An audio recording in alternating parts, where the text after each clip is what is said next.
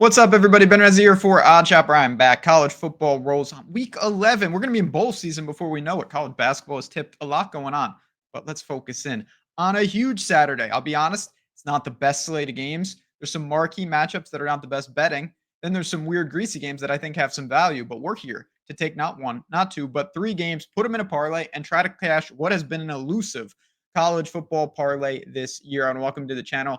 All things betting, from picks to tools to breakdowns. If you like what you see, hit the like button, support the channel. It means a lot to us. And certainly, more importantly, don't miss out on the information dropping in all these videos. Last week on this video, I went 2-1 again, which does not get it done. It was a really good college football week, but we need to cash a parlay. Let's not waste any more time. Let's get right into the games. We're going to start with a noon game. So our fate will be sealed pretty early, or we'll be 1-for-1 pretty quickly. Cincinnati -4.5 at -108. It is a welcome sight for many of you loyal listeners that we're not betting on West Virginia, who's killed us multiple times this year. It's been a pain point all season. They just simply have not been as good. Now, Garrett Green has been hurt. Nico takes over. Not an offensive issue for West Virginia. I've been fine with them all year doing what they do. A, they're not Morgantown here. B, when you have a fatal flaw, it's very hard to change your fate in college football. And what I mean by a fatal flaw is something so bad that teams can basically just key in on it and there's not much that you can do. And that to me is what we see with West Virginia. They're 106th in passing yards allowed. It's been a disaster all season in that secondary. They have tried personnel changes. They have tried scheme changes. Nothing seems to matter. Opponent yards per pass, 133rd. That's the basement, my friends. It's just that big of a problem. And you look at the Cincinnati team, they're far from a juggernaut, but Sorsby's been good all year. They're pretty balanced. They're at home, having a solid campaign. I like him. And I've been a Garrett Green fan. So when he struggled this year and now obviously he's hurt, the drop off I didn't think would be that immense, but it's still a team that's down their quarterback offensively. And with this secondary fatal flaw situation, I think Cincinnati, like every team that West Virginia has played, will exploit them in that back end en route to a win at home. So we're getting things started with the Bearcats at home. Now, 1 down, 2 to go. I did mention, and it is true, last week was another solid college football week, though. I was really happy with it. It was centered around SMU, which we didn't even get the most out of, thanks Clemson.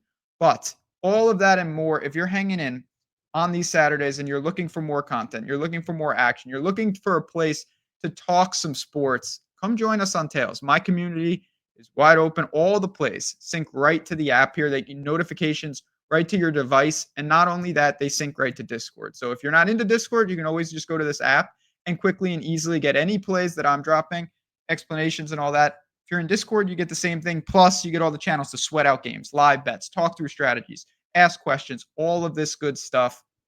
Come give it a shot. No better time with college basketball and college football both in full swing at the same time. The amount of value that you're getting, you're talking less than $1 a day. For a first week, if you use that code, under $5. I wanted it like that. I didn't want this to be this luxury premium thing. I wanted this to be something that we all could enjoy together. The more people that are in there, the more knowledge is getting thrown around and the better it is. So welcome everyone. I'll see you in there. If you have any questions, you just let me know. Back to the board. Cincinnati is 1. Scrolling. And like I said, there are some big games with some boosts. All of that will be in there. Not on this, though. Now we're playing the inference game. Part of the reason why I don't love this week, there are so many guys that are hurt, and we just don't have information. I'm going to take a shot here, and hear me when I say this.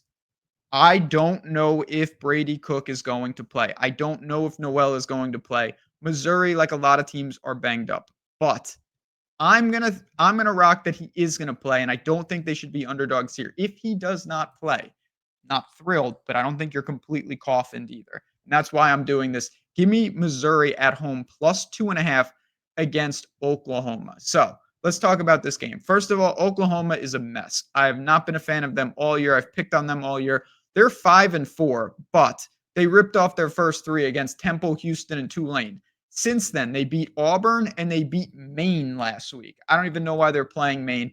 They lost to Tennessee. They scored 15 points. They lost to Texas. They scored 3 points. They lost to South Carolina. They scored 9 points. They lost to Ole Miss. They scored 14 points. Hawkins, Arnold, it does not matter. It has not worked. They ran out of receivers early in the year. They had like 8 guys hurt. A 41.5 point total tells the story here.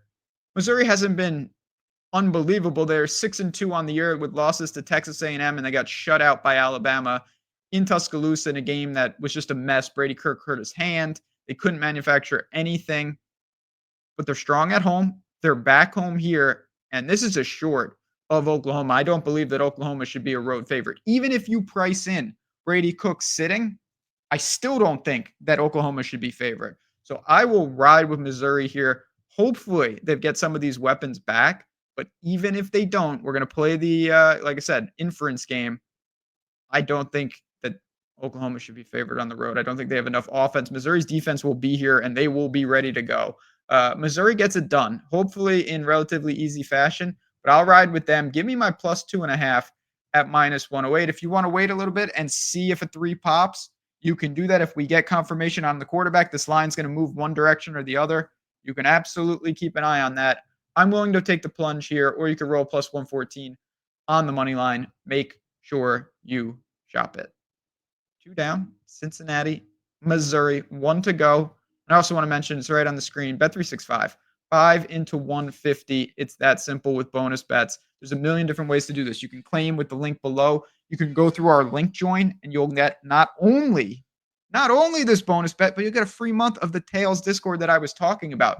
That link will be below for you as well. Just a lot of really cool stuff here. It's a great time of the year for sports. You do have to be 21 plus, 18 in Kentucky. If you have a gambling problem, call 1-800-GAMBLER. But if Bet365 is in your state, or you're just looking for a way to maximize the free promos that we're offering on the Tails side, that's where you're going to find it in the description.